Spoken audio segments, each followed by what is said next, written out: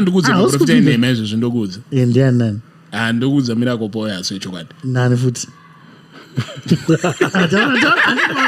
Mamdalisi ini mandroona ngewe fake ndi passion Java. Inzwaka hatisi kuramba ndini but tiri kuti ndiani ane chinobatika atiti imi ndimi makagadzira passion. Indoizwa indatanga zwa passion ka akagara nemi muri tu. Uchirizere. Ndotozoti vanhu vapassion. Indatanga kutozwa Kundai ka. Especially this guy. Uinzere kweshe handi ndiani ane chinobatika. Handi mimi ndimwana kata.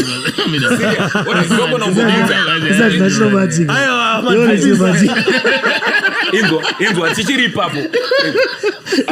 Iwewe you don't stand out. Wananga ngonzwa ripa wacho ndeobe. Senenda ngofunga kuti chongori chichandi. ya kuzazwa. Ngofunga kuti ribe chongoro chichi. Chichancho ngoti gafa. Iwewe uri kuti uno deserve akwaka. Ndo deserve. Okay. Kana dakwa izwe criteria yakanaka. Short. Ini akwa deserve. Kwewe uno deserve. Ndinenge deserve. Wamusana nemunhu obva kuti ani. Kuni usirapiwa apo. Owari sandise hasha. What's ukona ji? Passion anditi. Passion ni problem ya akaita ndeyekuti anoda zvinhu tu zvinogona zvichirwisana. Zvenyika nezve. Wazona. Passion. That's the same thing. Uchikopora. Aiwa ndichike passion nini? Aya kukopora na passion. Azo namatira page. Aiwa namatira page. Page la kwano namatira. Aiwa ndimuchike bat. Auchiona matira page. Anonamatira akagupuka anonamatira. Auchiona matira page. Oi muri kuita muchichika kuti. Aiwa but passion Java anochikisa zvake. As a comedian. Aiwa anokopora. As a comedian. Anokopora. He's doing well. Anditi. As a comedian, achita comedy dzake dze. He's doing well.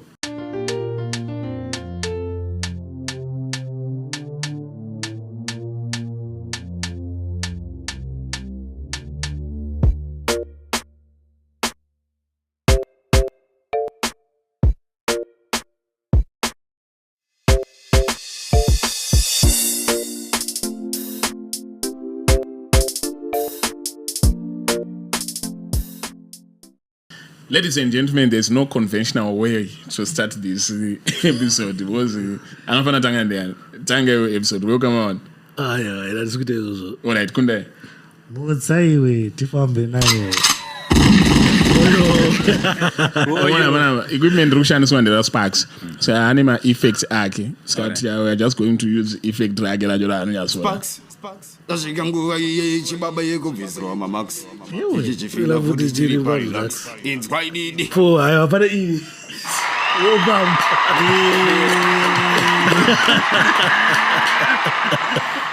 Alright, why is it Uncle saying ndovega rutango ari off the hook?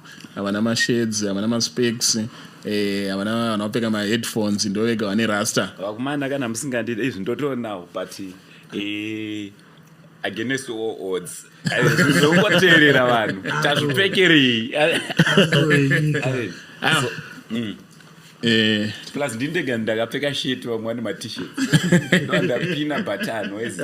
It's danger. Iwoita zvinhu zvako. Ndinotoita yangu maiziva.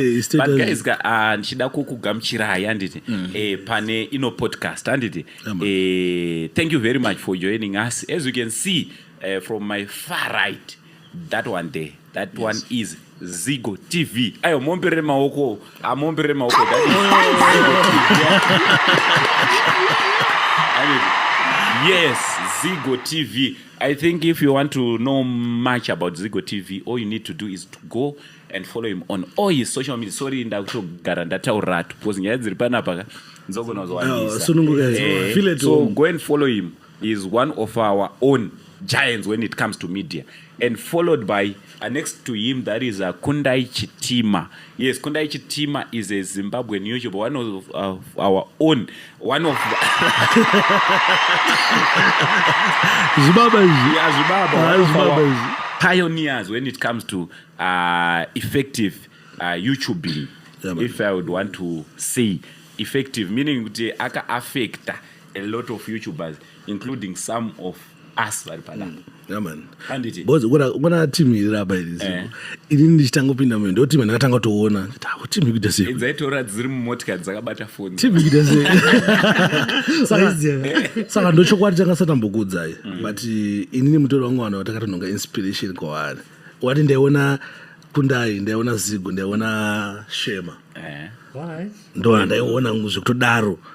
Actually, myself becoming a YouTuber, it was inspired by Kundai Chitima, because I still remember this at the time when he was saying, "Kambudzi kako eka, kafoni kako uri kutotooneka."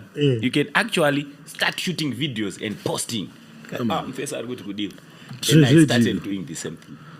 And yeah, I've got. How do you feel? How do I feel? Yeah. I feel so. I don't know. I'm bored. I'm bored. Also, Uncle Saint is one of the people. A lot of people are inspired. You have changed people's lives, Uncle Saint. All right. So hearing you saying that, meaning you have changed mine so that I can change other people's lives. So you have played a pivotal role.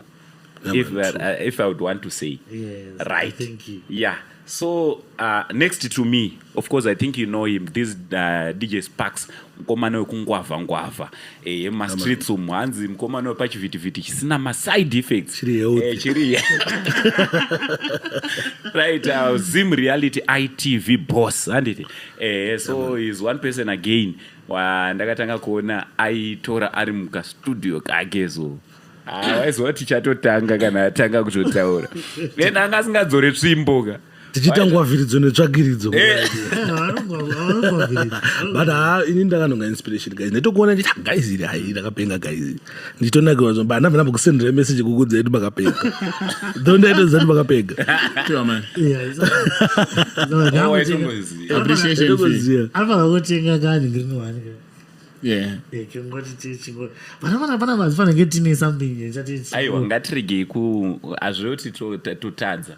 Company inoda kuti shata ama brands sha. Exactly. We've grown from being my bloggers. There's no apana blog apana. Let's be honest. These are brands. So izvo ndo sati singachatopfeke chero. Takutopfeka malebo edu aizi. Adauti tipfeke yake ka. Unongo usachika unokwanisa ngotipa topfeke nze. Yeah, ukwanisa ngoya uchingo kana pane vanada kuso advertise maybe zvinhu zvavari ngona ngoya pana this podcast. Vanada ku advertise, we can advertise. Imagine brand rako richitaurwa ne tasaona. Wega so.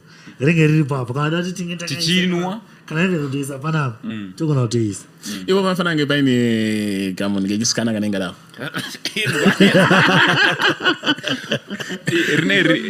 Kune kuri kuadvertise Zigo kamunhu kechisikana. No, not kuadvertise as such, but I usually like chinhu chinenge chine musikana. Gender equality. Not gender equality. Ndabangoita musikana kuti ndingo actor uye twice. Unoziva kuti chakwe zvakadzi pane musikana angogara pa kuita yari kuita so. Trofila kuti it's okay. Kundai, I used to travel a lot na Kundai. I will be honest. Anditi. Inini zvangu. Kundai used to drive his own car. Even tikaenda kwa PaDare, I will be driving my own car. Ina andigone kutofamba ndisina PA wechisikana. Kwete kuti aidaziziva kuti travel pano zvikuitika. Aiwa, kwete kuti chika. They motivate us waiziwa. Kwazoti ukangwa nemusikana pasaizvo asiyana kana ndinewe. Ndokonotongonzwa usimbo hwekuita zvinhu. Nekuda kuti Sparks achaita. But kana una baby mudhara unochida kuti afile. Nyangwe sirako as long as ari po. Hanzvadzi yangu chaicha. Hanzvadzi yangu nechida kuti atongozoti kuti she's safe. Alright, amana still dashinzo zvamataura but pana nyaya yekundidya moyo. Ndakatanga mbotaura tichimboonesana kuti unge mota dziri kupiwa vanhu ende wapiwa mota dzapiwa vanhu kusvika mumwe munhu wanga usingatarisira chapiwa mota zvokuti indambotanganisira jealous but asvika ndakurwadziwa unoqualify unopedzera wako but levels asati awana chikavi chiri chiya umana levels chete nenda mukusiya ribi riba qualify. I don't qualify. Why Ruta? Short. I'm sad. No, qualify. No, I don't know qualify out of grace because no one will qualify any grace. Grace, yeah. And but see, takuita zvekuti dai zvinhu zvaifamba through matarisiro atati haisi mari yedu bandorati nepattern raipiwa vanhu naweeknail handiti mpiro weta weeknail ndewekuti aunyatsorasisa kuti rasisa chaiko nekonenge wafunga kuti ndingi ndiye next ubvaona Prophet Madungu achipiwa shamwari andozona ubvaona Jabobo achipiwa nyaya yalevels handiti what I think is the ball is in Fantan's hands. Alright. Because akabvunzwa nanapatisana handiti zvanzi levels zvanzi right ndichazotara nani Fantan tomboona kuti chi so up to now vachiri kutaura here and I believe kuti that man is a diplomatic man. Once he says something he mean it. Weeknail. Right. And at the moment akatotaura kuti the boy is in Fantan's hand and up to now patwa netime but ona zvakazoitika manje after ipapo panambogara nguva hombe and bozi anzifana nachaya kufisi kwangu next week andika obva ndiona then pakangotange 2 weeks vapatonzi Fandani nganotore chiakwaya chamama nechemukadzi wake ko kana vari kufevhana pa uchipinzi ana kuzotaura kuti mudara levels saka iwo kuti mota ya levels naribe yakapiwa mama namadhamu ndakuzodara exactly but tikuvhurana pfungwa inogona ngeri nawo yereaction because ukadatarisa vanhu vese varizopiwa mota naweeknail vanenge makakuzvininipisa so right kavari kuita ka nekukakuzviita kunge munhu kuti unonyatsozviita ndingati chii chinhu chisina basa kunyatsobvuma putsa kurupabata bozika ndatipei example yaColors Colors ana kuti achinzi ndandaupa munhu mota apa angoti andabasana zvongopfurira mberi with life like as it is takatoti inini ndiri munhu wemusangano mama wangu ari chichi levels baakanzi ari kupiwa kunzi ndichaona kuti zvodini handi pakabvunzwa kuti zvikanzi levels anyatsomuona achinyatsoratidza kuita sei akachingozvida chichichichi handiti how did he react akareacta nekakuzvidaida futi akanokula down chete vanhu vanosiyana guys endoda kumbokutaura iyo from my own personal experience levels naRibe naFantan these are my people and vanhu vandotombomixa nawo tisangana and you know how it is kana muri masocialites and you definitely will be mixing up with these guys and welcome ameno maybe ndekwandiri chete welcome yaunopiwa nemupfesi anonzi Fantani uyawe mukasangana mudhara Fantani anokufarira zvimwe zvokuti hapretend as if asiri kukuona andonatsokutonzera padhozi but pedu levels mudhara ndozoregreta ndamumoreserei yataura na Uncle Saint exactly ndakambosangana nawo futi rimwe day Fantana chayo ndizokwana ngasi unyatsotoza kuti iwe ndiwe upi uzana nanomboita achimbopesanisa kuti ndokona tombonzi nevangu vano DJ Sparks ndombozvosakana kuti mudara Sparks chichinoota saka dzokwana ngasi unyatsoza kuti iwe ndiwe upi handiti but anotomeka sure kuti anotomeka sure ndokusimbisa mudara madii chichichi handiti but levels kamuti ndeipi baba but patiri kudzoka panyaya ndepekuti you don't need kuva introvert kuexpressa pasocial media kuti uruda chinhu Colors vamwe atombotaurisa pene zvanoita pasocial media you get what I mean vamwe vanhu kana vapa keyboard animona saka levels handiti after anzi aneka kuzvidaida kaanoitaka angopfurira mberi nekakuzvidaidawo aifanira kungonyona kumbozimbabewo but nini pamberi nezanu obva tanga ramba angofofafofa nechi nezanu obva tukwatukwa nevanhu obva tasise obvapiwa motikari yotouya but at the end of the day mashandiro aweeknail ukona zvambotaura nauyu kunzi Ribe hakodze una Ribe hamina kuti imhepo here kati chii do you know kuti pane vhidhiyo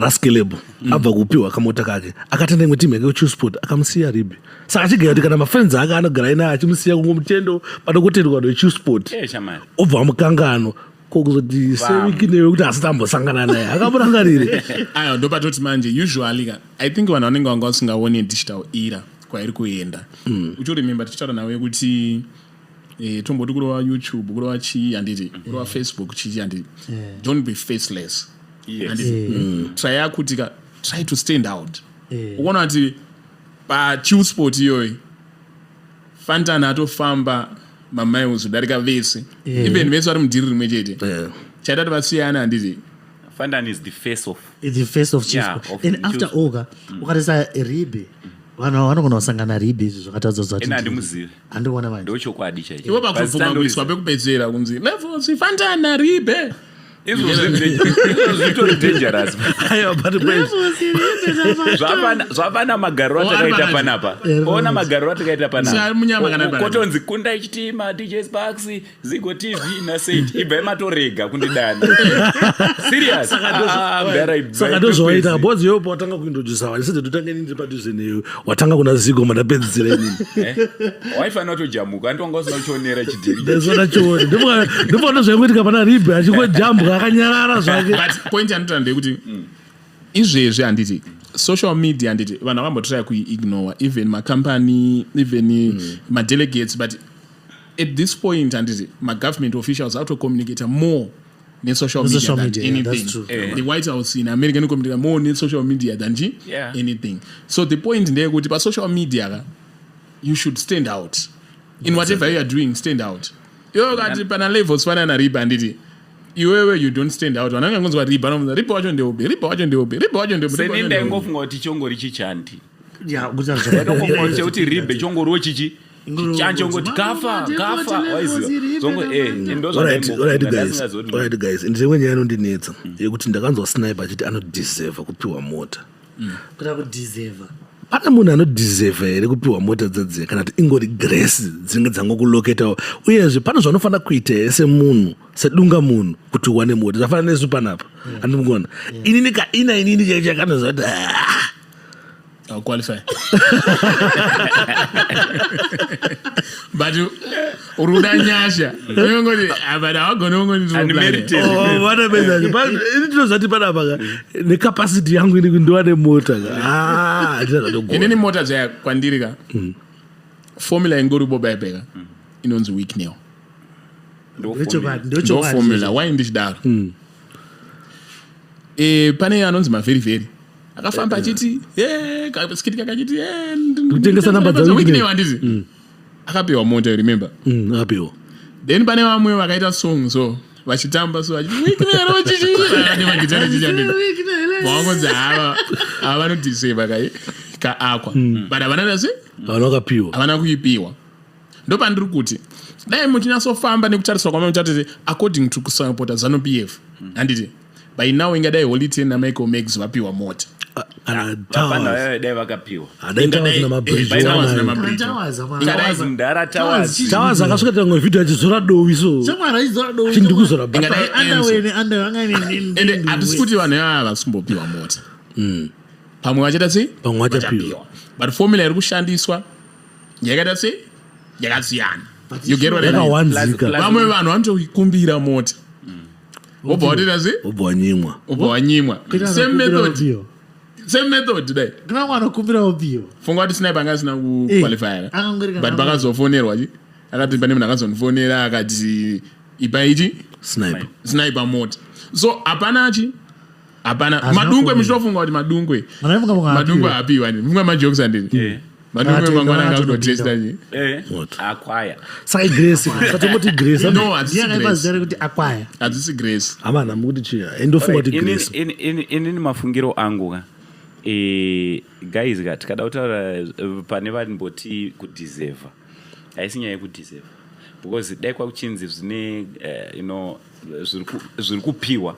nemusangano anditi remember kuti is just an individual according to him anofarira musangano weZANU-PF and is doing this just to honor nekungorewadawo vanhu vaanofunga iye anditi kuti vakasapota ZANU-PF anditi but kusapota ZANU-PF kunosapotwa nezvakasiyana this is the government anditi toda kuudzai kuti handisi kukumbira akwaya wakumana handiti chimbotanga kukumbira akwaya mungazoti kosei ndaakuita se anotoidawo ndofamba nepombi muizi handiti ukatoona munhu akutojustify zvaakuita ukona munhu akuexplaina zvaukuita vanofamba nemapombi but more even handiti pombi munadzo wakumana ndi but wonaka kusapota ZANU-PF hakusi kuenda pamusangano uchinotamba nekudii handiti kusapota ZANU-PF togona kutongonzwa nekuita waiziva kutongonzi leaving president panotaura kutoti leaving no one behind handiti isu instead of kuenda kumusangano totongonanga kunotsvaga vasarira behind. You get the sense?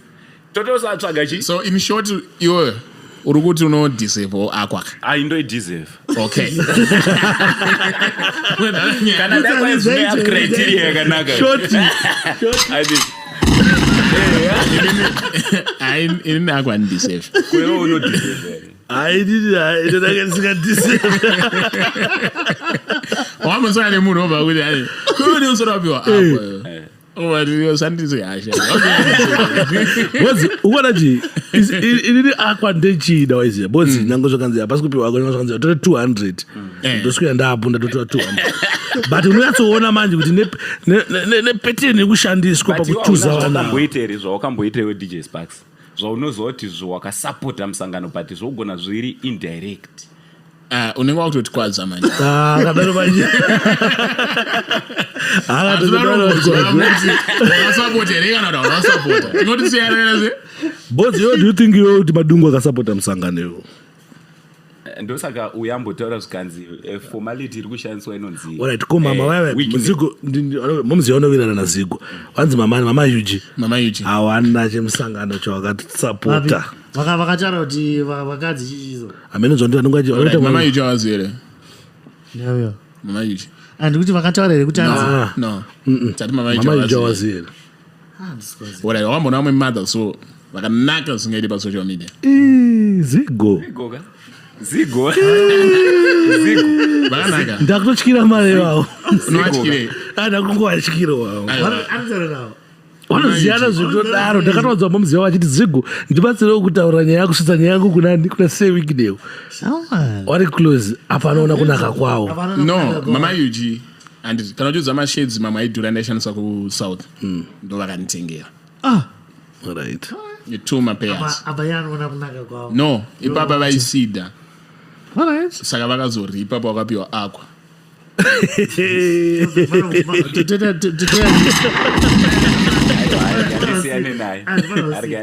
But my point is mama Yuji and kwandiri aiwa baglaza cheaper. Under $3. Kaunga city $3. Sandofana uside man. We are serious. Wana kutaura ma price.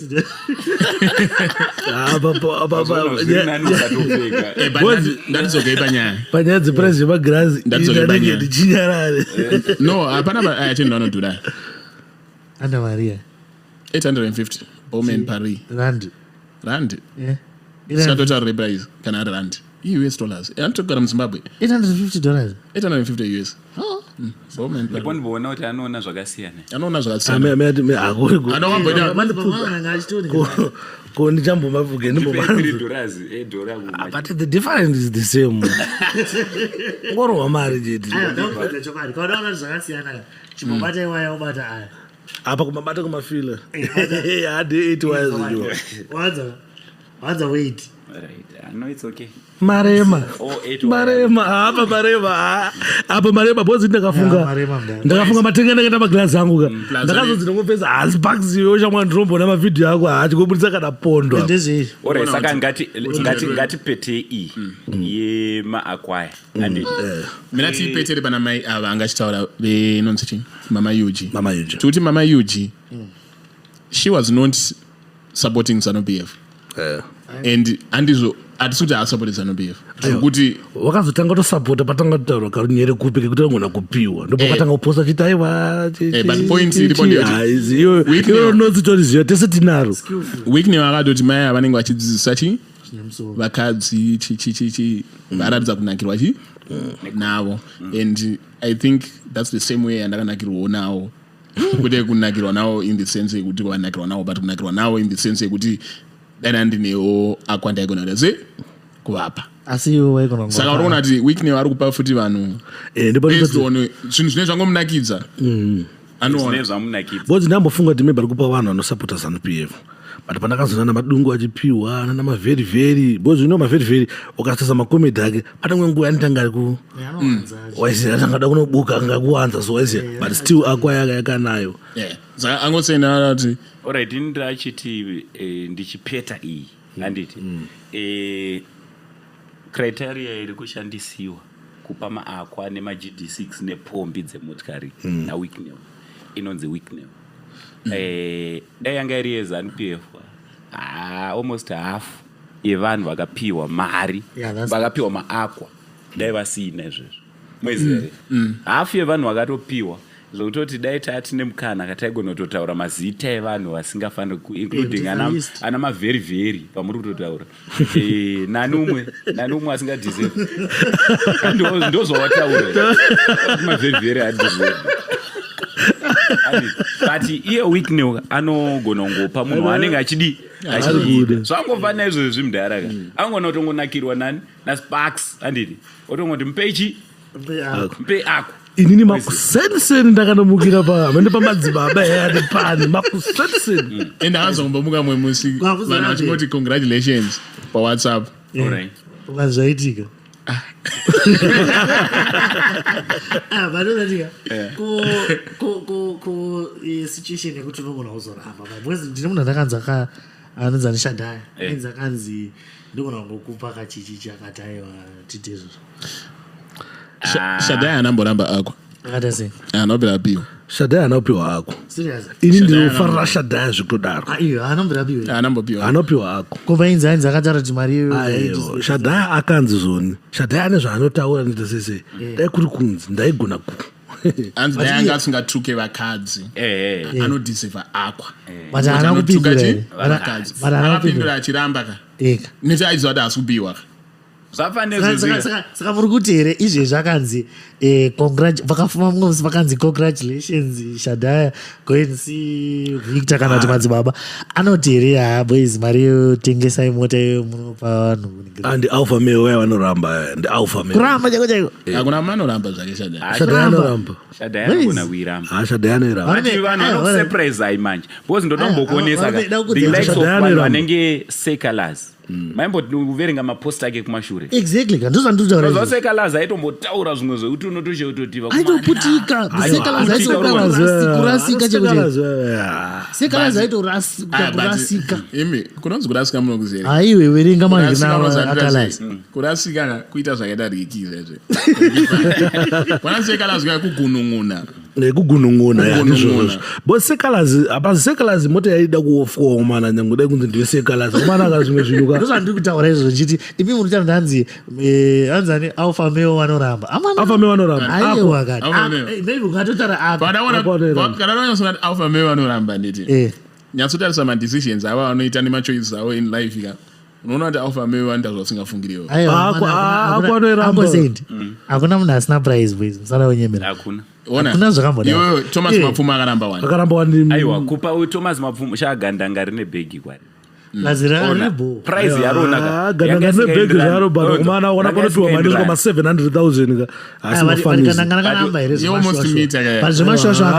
gandanga namari zvekuramba iwe gandanga namari zvekuramba 700 kumana ana kudai gandanga rinoramba gandanga akaramba aiwa inini pandakanyatso kuifollowa nyaya gandanga akaramba zvelevo rekuti kwete zvekupostwa ka zvekupindura inbox richitaurwa naro gandanga rakaramba mascreenshots andakaona ini nangakanzi akatoitwa inonzi interview after papostwa screenshot zvichinzi ndiri kutotaura nawo inga atori munhu bochichichi handiti baatoitwa interview akati no inini handizvide dai ndaida kupfuma inini ngadai ndakapfuma kare of course but do you agree kuti munhu wese ane prize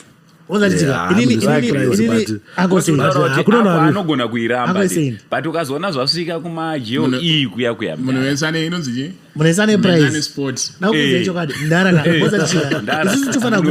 kuconsider zvimwe zvinhu zvakawanda comes to nyaya dzakaita seidzi ngatiya sei gandanga nditi wachara kati akachanoti ndaida kungopfuma ndikanaenda kapfuma and tikaconsidera futi kuti the way he is living kwanenge ari and also tichitasawo futi age yavo izvo handiti at his age anonongota but like ndani vane makore mangani handizivi but wakura makura ndi so vanoona kuti then tozoti isusu alpha male at his age obvanzi shamwari da kupa zvese zvangofane zvakangoofewa kandanga otati hanzi anotarira handisi kuda abasaite zvekutamba muda tisaite zvekutamba mashowa chaicheche chiro iwe unouramba sikewo kudhauta alpha Alpha udota Alpha kwazi unowatswa follow here Alpha ndo follow up ndara defect yekuti munhu Alpha ndo chamari munhu anogona ngokuchinjira ngatoshamsika Alpha male pane pa but ekunzi nje Alpha offer 700 something Alpha itora but ama akwaneka benzi kana 30,000 Alpha kuna onererwa wakaramba right ndo saka ndiri kuti munhu esane price ukaona uchitomboita zvekuti kana tazosvika apa anovhuma kana mnazati Alpha ka Alpha ndi Alpha Alpha wakanamba GoFundMe yekuti vatengerwe mota chamisa chai hana kuiramba GoFundMe Alpha wakairamba GoFundMe haina basa GoFundMe aiyo shaunenge wamboitirwa naunangani GoFundMe diri baba mwana achita GoFundMe Alpha aiwa mira pakanzi paite GoFundMe ka inenge ichiitwa munhu anenge aine kidney inenge akakanganisika vanhu vanobvisa iwe chimboita GoFundMe yako yeuri right yamadambosi akarambo vanakati aiyo madambosi da GoFundMe yeyi ndosandikutaura izvozvo iwe chimboita iwe une 100,000 subscribers itadaita GoFundMe yekuti nditeiye wandinza kuti ndi 204,000 wanditeerera wane muzimbabwe kwetoda nemuzimbabwe vanhu chaivo chaivo vanhu vanongonzi vanhu kuti aita GoFundMe yekuti nditenge mota apa mudeka nadhora plus uri kuona kuti mazimbabwenzi chimwe chinhu chaunofanira kuziva havadi kuita chinhu chekuti vabhilive kuti wakuita mari asi iwo taura kuti because nemafollowers aminawo inozara mafollowers aminawo mune over 200 maplatforms ese 1000 anditi tongoti parungodiwa vanhu 50,000 anditi vari kupai ndayambuka nemayambuka mudani but hatika chiweka chimetsi yako indiritori follow yako asi tikachiweka chimetsi chako ichi munochikansela hausi follow here ndiri follow yake unokande redombi riri kutaurwa saka ininika kana iri nyaya yekuti GoFundMe paipa Alpha vakatogona kutoramba because chachi chatoramba vaitozomakisa wese ini ndiri kuti anonzani sewikne wotonyora kuti right izvezvi komana dakukupa mota ye200,000 obati handisi kuda miratowabvunze Alpha Kundai panapa ari kudhauta isingaiti Alpha hanzi mune breaking point hanzi mune prize Alpha hanzi akwaungoti anga iri too low asi mukanyatso proposerwa unzi iro GLE papanzi ndokupa DNA 300,000 Alpha munotora here Alpha it's possible munongoti reply aone text wongoji but manje pauno reply wamanje achituka watanga wanzi look at him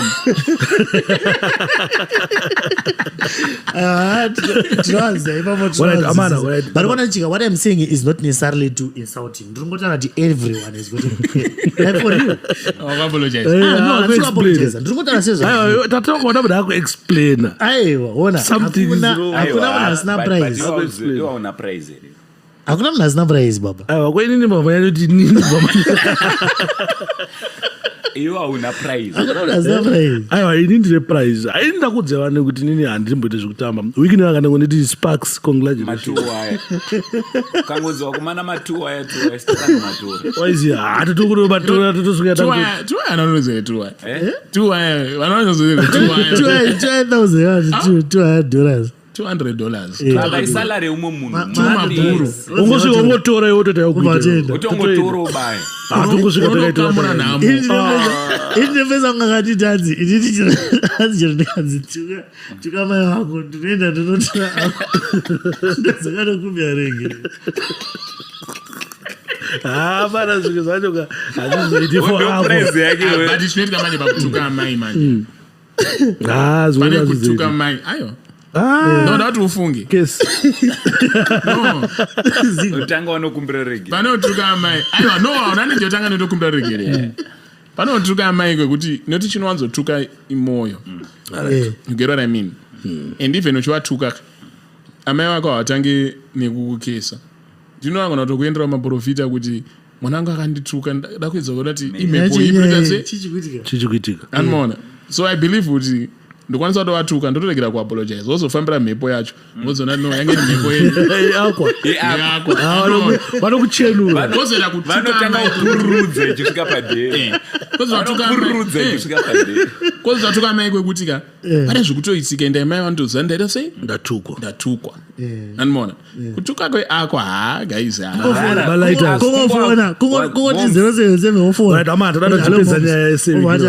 chibude mairi yasei kuti tarubuda maira ndiri mutauro wataiita I think nogona kungo andindikuri nevanobvunze kupedzera aiwa panyaya dzimwe ako kuti saka wikidhi yakanzi pane GLE yako anoita sei from wingidhi marovera akaita freestyle yekubulawayo anofumira pamadzibaba kana payo wingidhi anonotora ndaimboti hatore asi wingidhi anonotora wingidhi anotora asi akasaizwa zvokunzi ako aigona kuramba but akanzi pane pombi but iye munhu ngati ngaise akwana wingidhi musempei bcause sentence rekuti wingidhi naako harifambidzani asi point yangu ndeyekudai GLE wingidhi anoiramba anenge aida ipi manje zvoitika ndeizvi mota idzikupiwa nehai rake look at mota yakapiwa Jabreza anoiramba wingidhi anoiramba saka anofanira ngopiwa iri pamusoro peyaJabreza ndokuti abvume kana ungoenzana kana kuenzana asingade ubva aregedza kana asingade kumuwa bcause pane nyaya wingidhi manje itriki pakuti ine mafans mukati magafa tine yatinoda isusu kuti apiweida kamechoti aiwa ngaende kuna mahospital no zvinoitika pana wingidhi ndeizvi who always find a way to justify zvaanenge aita so even akaimba freestyle yaye ekare it's not a new song and ekare but akatongodi akaiposhedzera magafati akangodi tikasvika muchini takakula down andozvineropa justification yatinotopa zvavanenge vaita totanga kuti imi mari idzodzo iyoyo ndio inonzi chigrace waibada wamanoti charisma anditi yoti munhu unenge ungori nayo yongoti people they are always in your corner you always have a lot yekuti this lot can defend you, this lot can do what it takes but tiri papo pawingi mudhara matowinza imwe topic tichitoenda mberi mudhara kadefenderwo kanoita wingi ore ndoda kumbokuratidza chimwe chinhu enda parenki pepe unotuka wingi mudhara unorohwa nemakomana mawindi I think unoona kuti wingi apa haana kana one day anoposta achiti mafanza angu ndiri kubigai kana kungobuda achiti mafanza angu anotoita andongoratidza ezifi haasi kutoziva kuti muripo hanzi ndimumwe munhu kuvasikana vari single vandi vari single sei wingidhi aripo ndopakati hanzi kuvasikana vari single vandi vari single sei iye wingidhi aripo fanafanangu vachingoda wingidhi apana vanobvudza ada wingidhi baba chii chinomboitika chakadaro because wingi aigrace manje wingi doesn't need to explain himself chero pakatoitika zvaitika mudharaka vanhu vanongomira naye waize then panotanga kutoya vanhu vachitsanangura ende iye haatsanangure kazvisina basa pandakazoona imwe post ichinzi wingi anenge achitoona zvamune muchitodii akuona anoona zvamune muchitoita kuona anoona chaasingangoite chete kudi kukomenda but ipapo ndo pandoona kuti hai ipapo ndo muti akashinga kwezi ndiri nini ndikaramba ndichitukwaka kana kuti ndichingo pakangoita kamisunderstanding ndina kutoya kuzotsanangura inangu aindina kutotsanangura ndofunga wingidhi achikuona anenge achiti amawika brethren wingi ndozvinotisiyanisa almost every person pasocial media akanyatsa kuvhudura aukapushwa aionengwa kuda kutsanangura aiwa kune aya bati nini inini ukangondikweshera nindana sparks wingiti yacho ona ndinga chiti mawika brethren and actually uyu ndiye ari kuudza kuti kune message I receive zvikanzi almost munhu wese pasocial media munhu wese unatitare mazite taura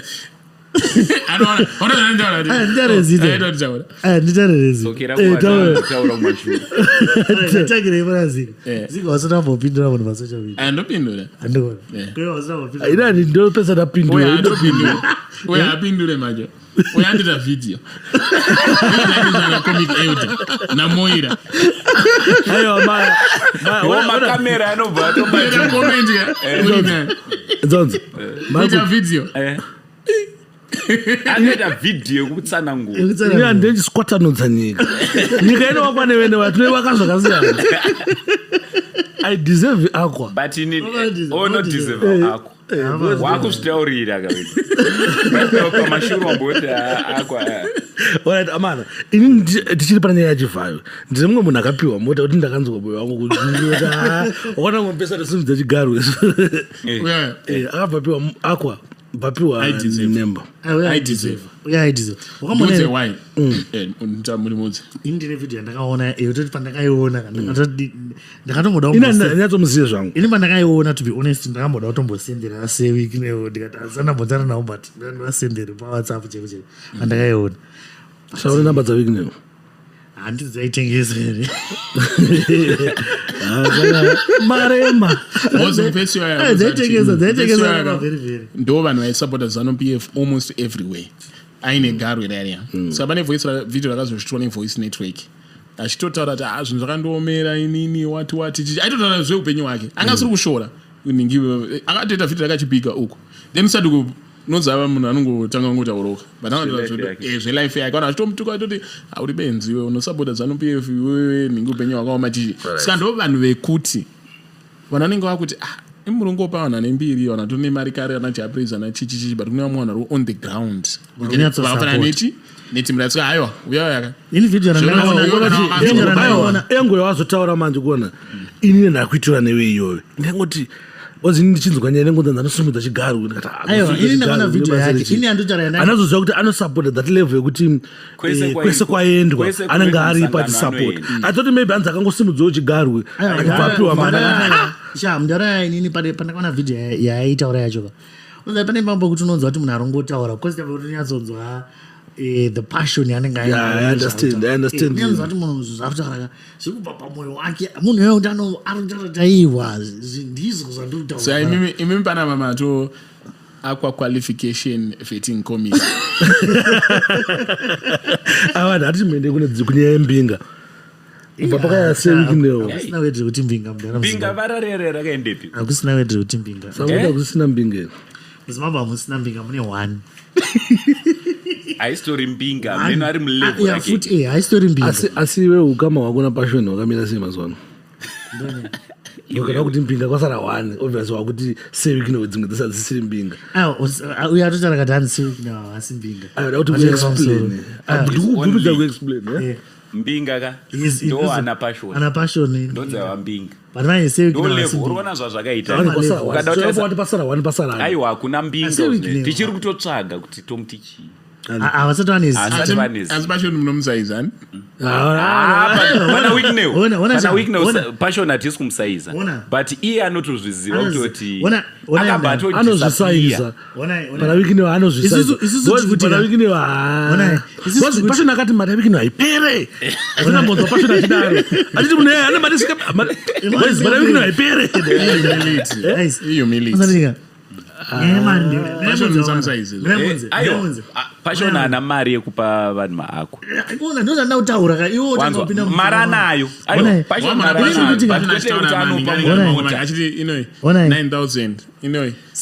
atotengera vanhu machikazvafanana nemagirazi yako hati verify kuti ndi 800 unoona ngoti ndi 10,000 tozomuzana hatinei nazvo but ako atito zvaprize ako iri paground totaona ako akondatoti ndeye $3 but that doesn't necessarily mean ndeye $3. zvaanoita manje ukapa vanhu manje vanotenga maglasi aya kona vana vakanzi papa wamene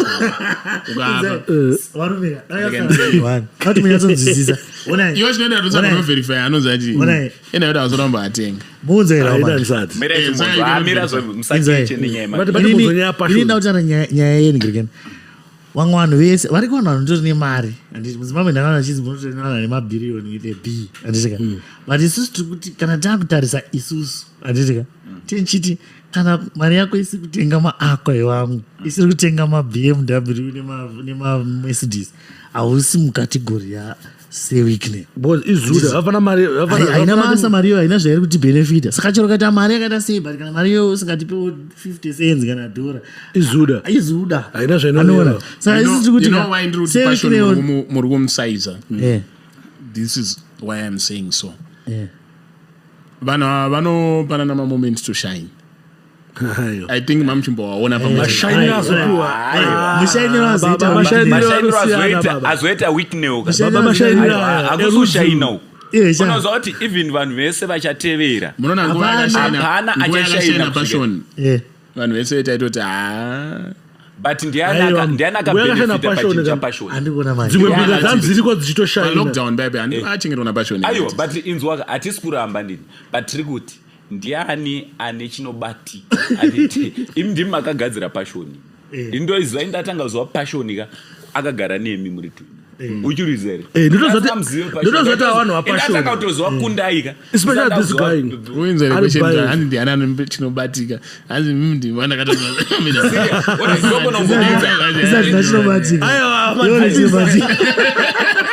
inzwa tichiri ipapo ndanasingazoti pashonizvaibdara chimboexplainai ndaramusantizotaura hai muri padhuze ndikutsananguriremba zviakoniswa hanzi ndiani ane chinobatika wapashoni ini ndakatangazva pashoni aine muri trip which means ndima ifanake mine zvinobatika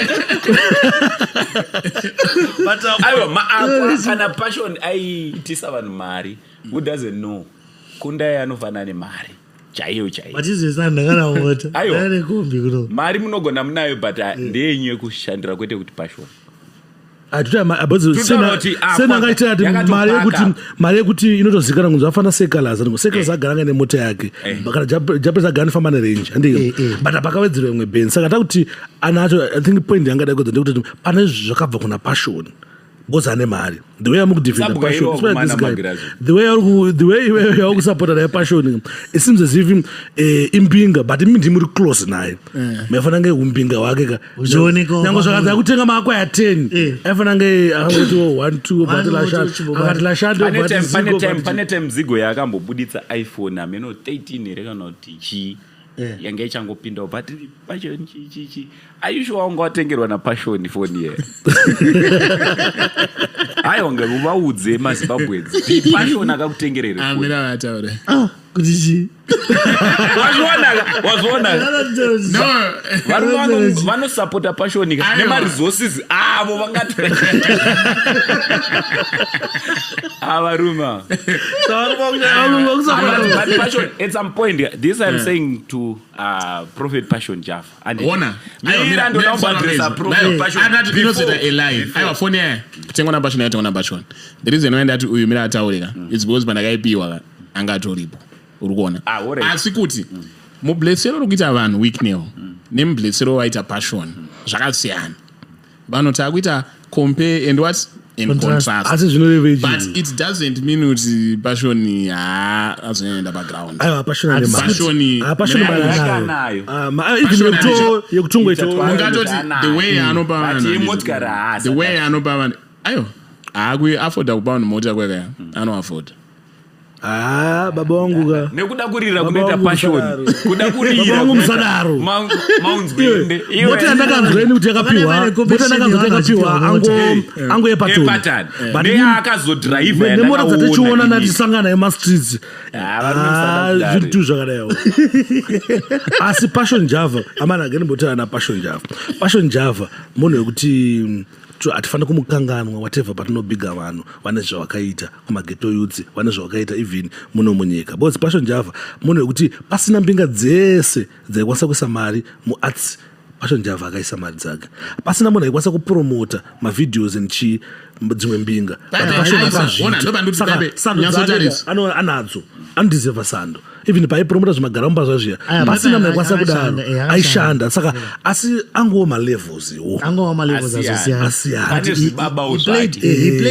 achibaba chake ichi but akapenga passion pametsi yake bozi ona passion ndakamutarisira ni passion munhu wekuti akatotika kutotokonya dzimwe mbinga so akavhurira mbinga zvatutaura nosa zvafanana nekuti chii zvafanana nekuti toti Jinimbi anga asina mari noita anabvira ambohosta agara mumba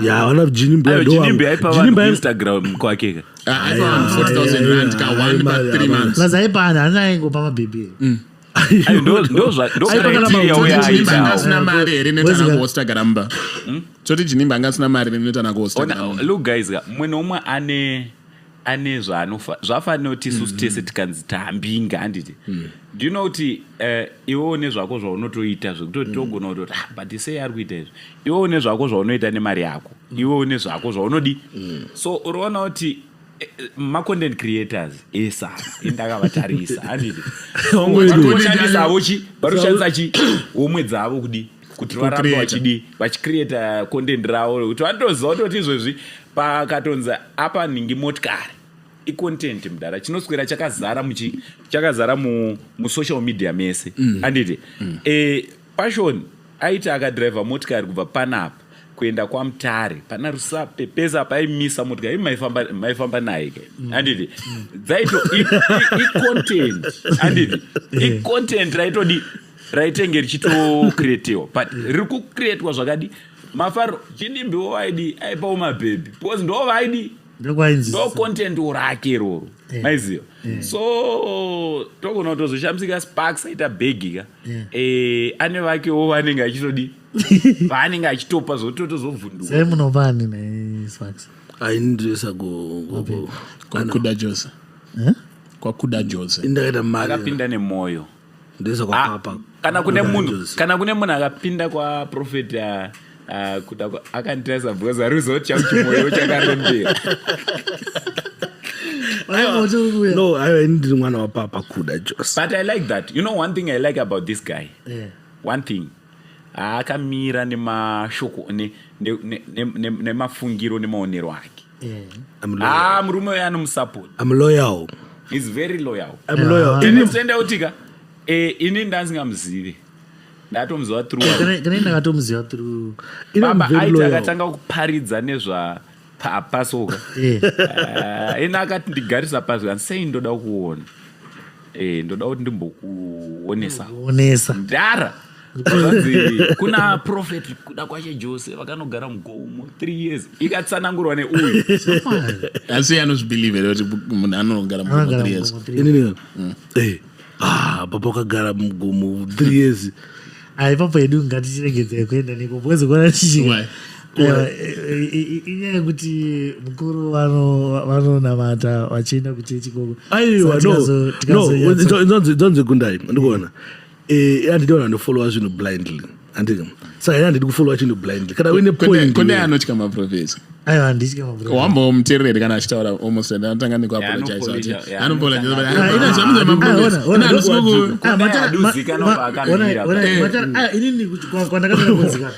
izvezvi zvakunetsa kuti ungodhisa munhu bhozi mangwana munhu yeye anofamba achipa vanhu maako Kundai ndimfollowa mazuva ano anenge mwana wapapa Miracle Po uye akasvika pakujustify machira hanzi machira echivanhu havanopiswa zvanzi newe hanzi guys tirimafanzako vhidhiyo roroka tofanira kuti tizoita tikapedza vanava ngatigarire pasi tirione undiratidze pandangajustifya nyaya yemachira wanati wakati chii handichazivi ndakati chii but inini kandirise ndakamira panapa handijustify nyaya yemachira nyaya yacho yanga rekuti papaina vamwe profeti vaituka uyu anonzi miracle nyaya yemachira handisika saka inini zvandaita ndezvoti uyu aitara point yake ndobva ndatara nezvepoint yake uyu otara point yake ndotara nezvepoint yake then vhidhiyo rapera vandati vanhu munofungei nezvazvo handina mubvira ndamira pangu ini kuti nditi saka according to ini pane statement rakataura rekuti aiwa isu tiri maafricans hongu tiri machristians edu but isu tiri maafricans unati chinoitika njerikuoni kana uchita compare and contrast inoita seiyo asi kuti china profeti mina kupo kuti chii ndipapa vako here asi noona sei kuvaona sei ni gentleman mundibvunzei inini eno vakomana vazhinji bhidhiri riri kurohwa Zigo bhidhiri ine content creator handiti ndogona kupa example yemuchinda anonzi tifred mambodzona wamboona mudhara muri majournalist handiti wamboona munhu ane baba juju kadhara mudhara nekachembero vachiti baba juju ejiyo hakuna ana junior vakazvarwa mambozoonere bhidhiri maakutya ipindura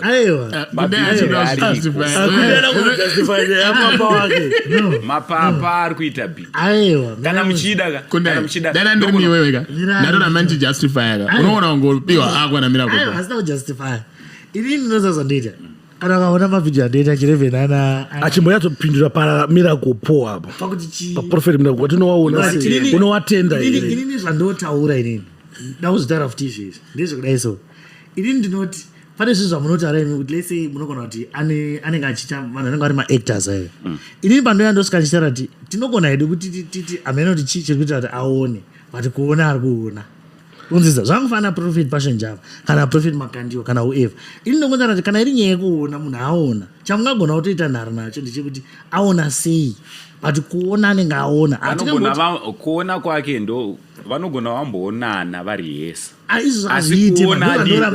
ozoona zvake izvo ndo zvandoramba kuti titi munhu anenge akanyatso kudiscasa akaronga kuti amana ada kuzoti musei friday wobva waya ndokuprofita wobva wadai unozviramba sei aindozviramba it doesn't make sense kwandiri kwauri but ivauzere kuti vanhu vari kugadzira mabhidhiri mabhidhiri anonzi mabhidhiri timu riko hobho maskits timu hobho maactors ariko izvezvi ndotone mavanhu vandoziva ka ndotone vanhu vandoziva takatomboona mumafaces vazinzwa mabhidhiri tenderera katotozomuona futi especially endoenda kwepoet kakawanda vazvinzwa kotori nekanzvimbo kanotorwa timu reyari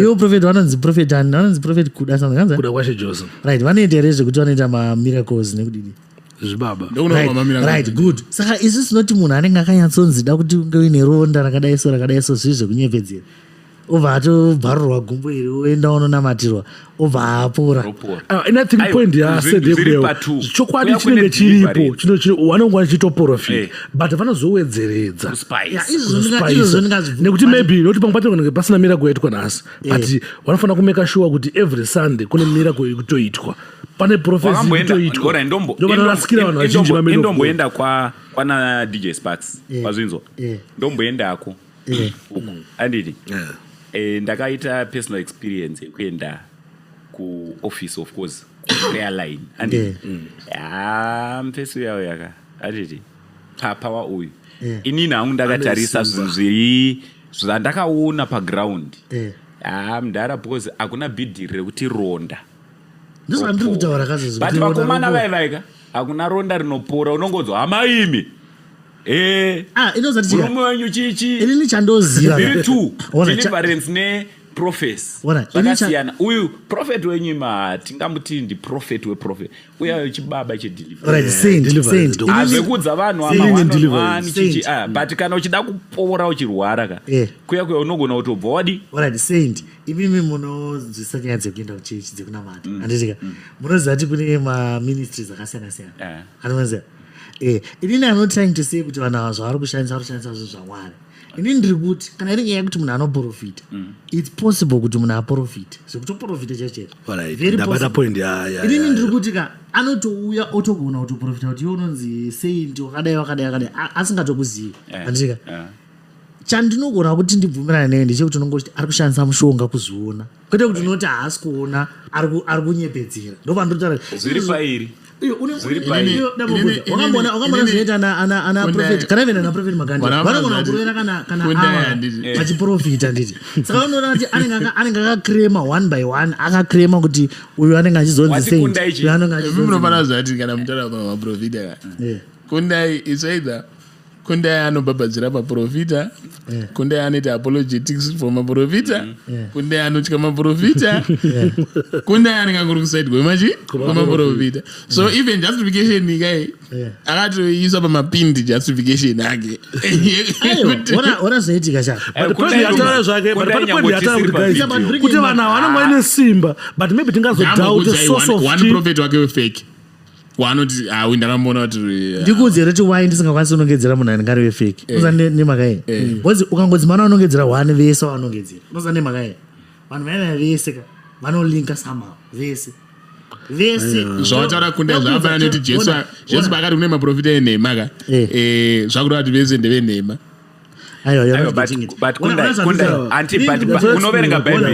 Unoverenga Bhaibheri chimbomira. Unoverenga Bhaibheri handini. Bhaibheri rakati chii rinotaura kuti kuchava nemaprofita enhema. Rakadaro handiti. Anautaura kuti hakuna vasiri enhema. Do you believe kuti kune maprofita enhema? Variko handiti. Tinowaziva sei nemaitiro avo handiti. Nemaitiro avo unoverenga Bhaibheri pane zvinoitwa zvese you are a content creator and you read the Bible. Ndeupi waunoziva mafruits ake haasi kuenderana ane Bhaibheri rakanakira rinodai apostle Chiwenga manje vakanakira hasitori prophet. Tuna maprofets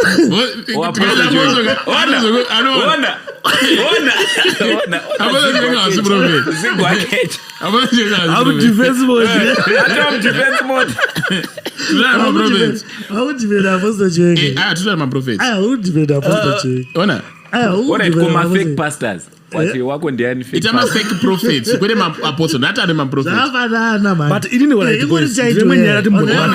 inini point andira ndeyekuti Kundai munhu akatoita pastor zviri nani akatongoitira wedre kuti prophet Kundai will go kuside naprophet iye nyango mese muchinyatsona kuti uyu prophet onai varume ndamboubvunzai zvafana nekuti unogona kuti lese obva ati pastor Chris ndewechokwadi asi pastor Benin havasi wechokwadi.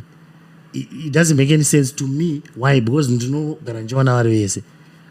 Saka iwe unozoti pastor Chris kana vari wechokwadi vanozoenda noparidza uchichi kwapastor Benin sei iwo achiziva kuti uyu haasi wechokwadi. Ona maprofits akawanda Kundai ende havalinke vese vanolinka pane vamwe vasingatoonani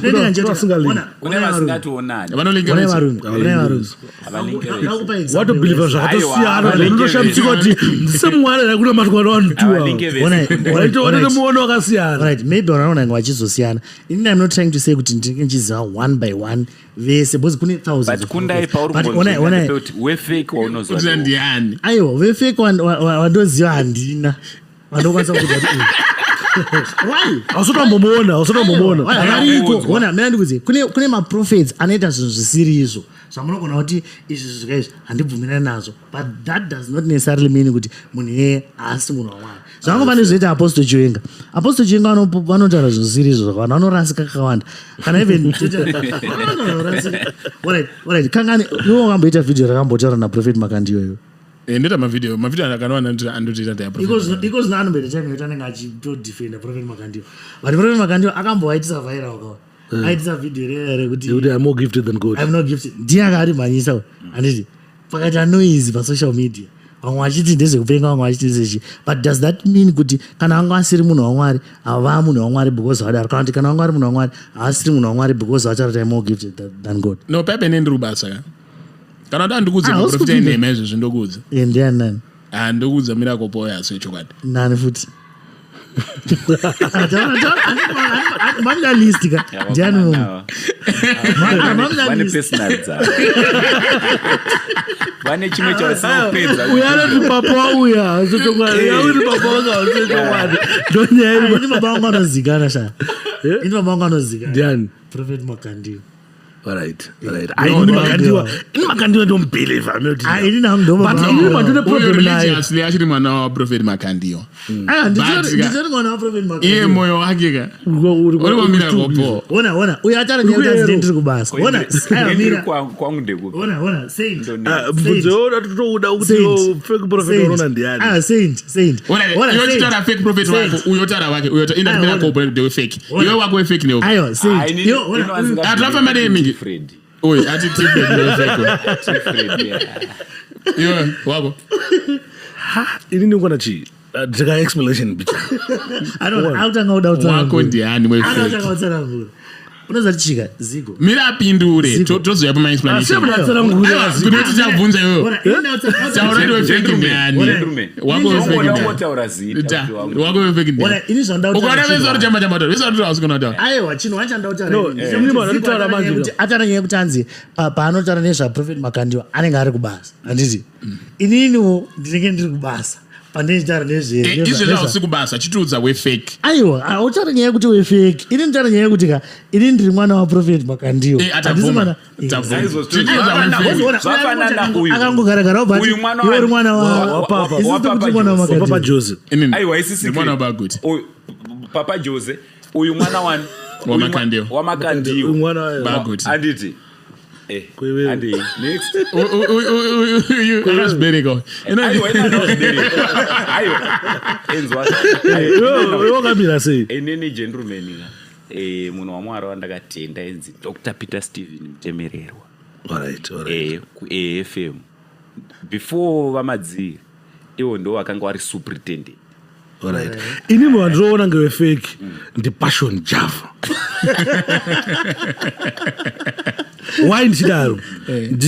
Passion Java ndika ndakaona kuti ane zviwindi zviya zvekutsvika pakutuka Makandiwa kuti onzi 11 chichichichichichichi obva atuka kuti amene yacho zvokuti ndotonyara kuzvitaura but anozvitaura pavidhiyo sane mamwe mabasa anoita noona kuti this guy ka anogona nganga ambori munhu waMwari but akutsauka but recently man ndakafunga kuti adzoka wazomunzo because izvozvi because ini ndomufollower mvesu yayo saka ane mamwe zvanoti because ini ndakafollowa passion munhu too kana chichechedza guys ati muzviona ane paanoita serious achiita zvinhu zvekutsanangura kuchechi kwake ukamutera wakagara pasi unoziva kuti munhu kayo ane revelation yakaipawo pozoti dzimwe nguva vadzoka chimwana chiti nyenyenyenyenyenyenye oiziva saka ini ndamana kuti munhu kayo anenge fake prophet but ndakazoona interview yake naOla akutsanangura kuti ndo pakabva anoita confused but ini ndina kumjauta kuti munhu kayo ndio passion anditi Passion problem akaita ndeyekuti anoda zvinhu tu zvinogona zvichirwisana zvenyika nezve wazona Passion zvekutrenda nekunyika anozvida mugeto youth anditi anotodawo kunyinyinyi anditi achiita izvo zoti and is doing well kwese so patime anozoswicha time anozoswicha anoconfuse vanhu urikuona pakuswicha pepe kuti angati nyenyenyenye ozoti God loves you anditi azvibatane mudhara anditi so kwese is doing well as a prophet not as a prophet amenzwa kuprofita andi asi ndambomuona panoprofita vanhu but paanotsanangura the word of God pandara shoko anditi undonzwa kuti first uyuchi ane shoko saka what's your verdict pana Passion ayo pana Passion ngatimbopa jump andoni confuse that's the same thing ayo andichike Passion nini kukopora na Passion azonamatira page anamatira page page lakona namatira ayo ndimuchike but achiona matira page anonamatira akagupuka anonamatira achiona matira page oi muri kuita muchichika kuti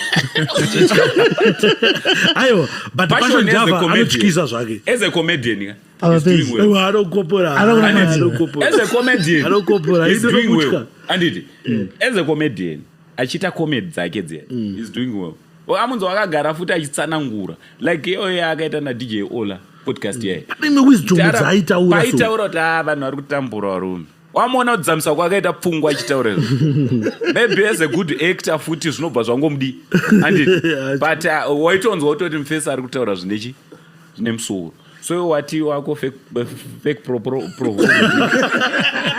wati ndiani passion java anoconfuse fake ndakamutarisa so zvandanoona Kundai wako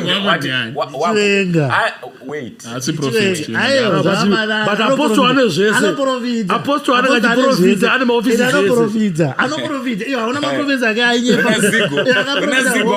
anonyepa haasi munhu wamwari apostle ane maofisi zvese wako wati ndi prophet makandiwa ndo mdara wako yo aya mdara kwete kuti aiwa wait ndati wako tiri kutaura mdara wako na fake wako ndi makandiwa fake wangu Zigo ati fake wake mira zitaurereka mdara wako ndiani mdara wangu wakafa ndiani kana wangu wakafa baba guti ndo uri mwana wa baba guti mwari waezekieri mwari wemuranda nemaapostoli but waimbowa mwana wemuranda nemaapostoli azotiorwa kana wakafirwa nababa wabhoona kuti handifanira kusara ndiri fadha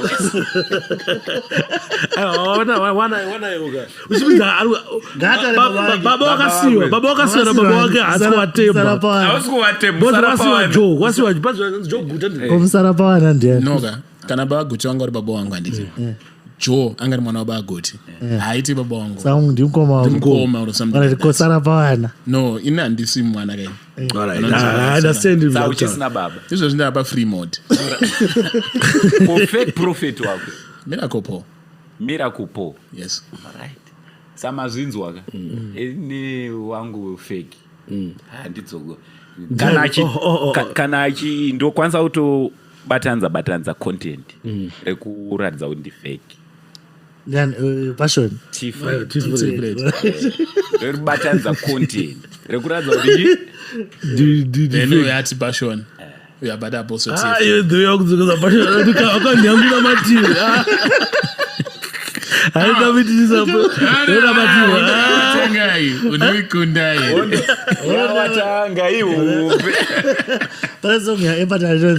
hondo yamatangai raikundai but as much as passion java ntimti fake but mswana 9 May I will be there national anapuruzira kuti zviitepo I will be there nemoreko uchisimbisa and then ndiri kuti ladies and gentlemen that's it on the app all right yeah but that's aiwa there will always be another day. There's always another day. Saka wati mswana njiko. Mswana 9 May prophet passion java mananga wachida kuzadza in state of wonders. Saka I think to invite one. Aita free promo. Free promo. But onaka it doesn't make sense. Chitosiya Kundai yati. Because iwewe wapedza kuti afake wangu ndi passion but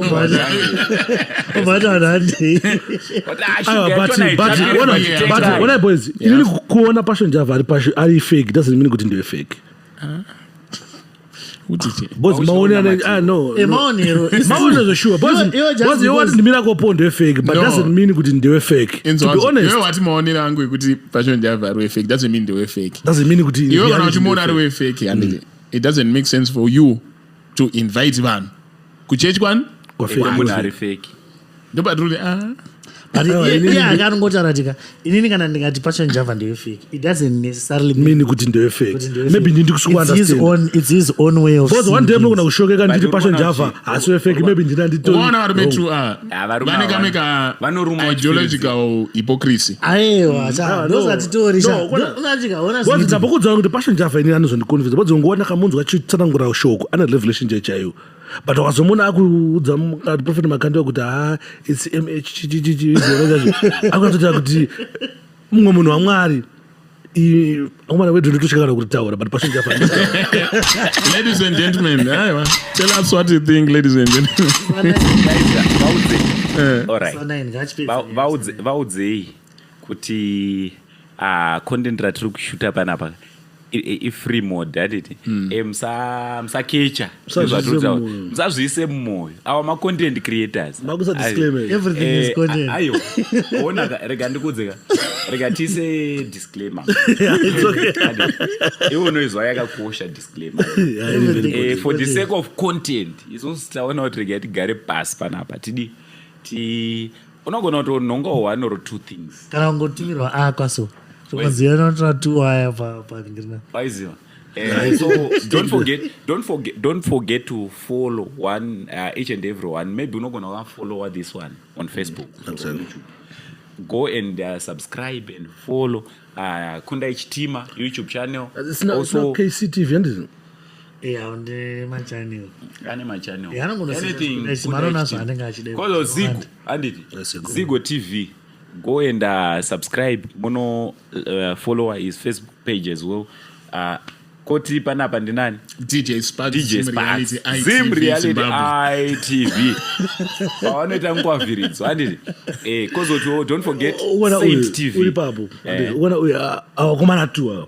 Wana problem ni uri stana ngora rebeza DJ Sparks Zim Reality ITV. But ana rebeza ira yango Saint. Anzo anongo atoneta. Zichare channel zichare. Amana ngoni DJ Sparks kana Sparks. Chet. Yaruti imude mama ngati Uncle Saint Zimbabwe philanthropy building houses. Saka emuruti akazviita asina wisdom. Anzi ndikuzviremesa. Ararebesa. Ndiyo zvawatotaura. Zvawatotaura. Zvotaka asina wisdom. Ya ndo zvawatotaura chaizvo. Ende ndobvumirana newe. Saka urikuona ubvume nepoint yake.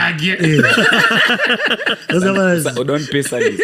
Richangu. But it's Zim Reality ITV. Yani Zim Reality ITV. Tsaga chinwa. Anotoriti DJ Sparks Zim Reality TV Zimbabwe. Ndozona mwana kwachita confusion wachiti mwana ngachiti Zim I Reality. Mwati Zim I. Amana ngonzi DJ Sparks kana Sparks. Sparks manje ndakatopenga bana DJ Sparks. Ayo DJ Sparks unozoti akabanaro kure because amboita zvemangoma akazvikaramba ngumano. Ayo no boys azvina kuramba. Dati pajeke papo. Ayo mira it's a story for another day. Zvakaramba. Zvapera. Ayo mira it's another. Ayo no. Change page renye mofana DJ Sparks. DJ Sparks. Yes. So this is the concluding shot, ladies and gentlemen. Maona pana barichato kunotuva nekuti we are really enjoying what we are doing and kindly subscribe. Pamne maona video already. Mama like, mama share, and we will be back again next month.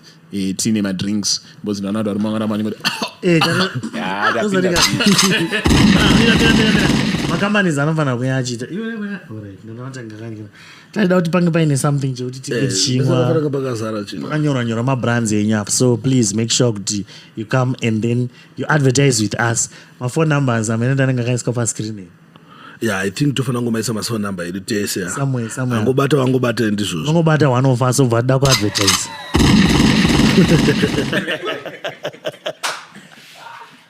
Kona yo shawa seko anapokona kumbe wewe.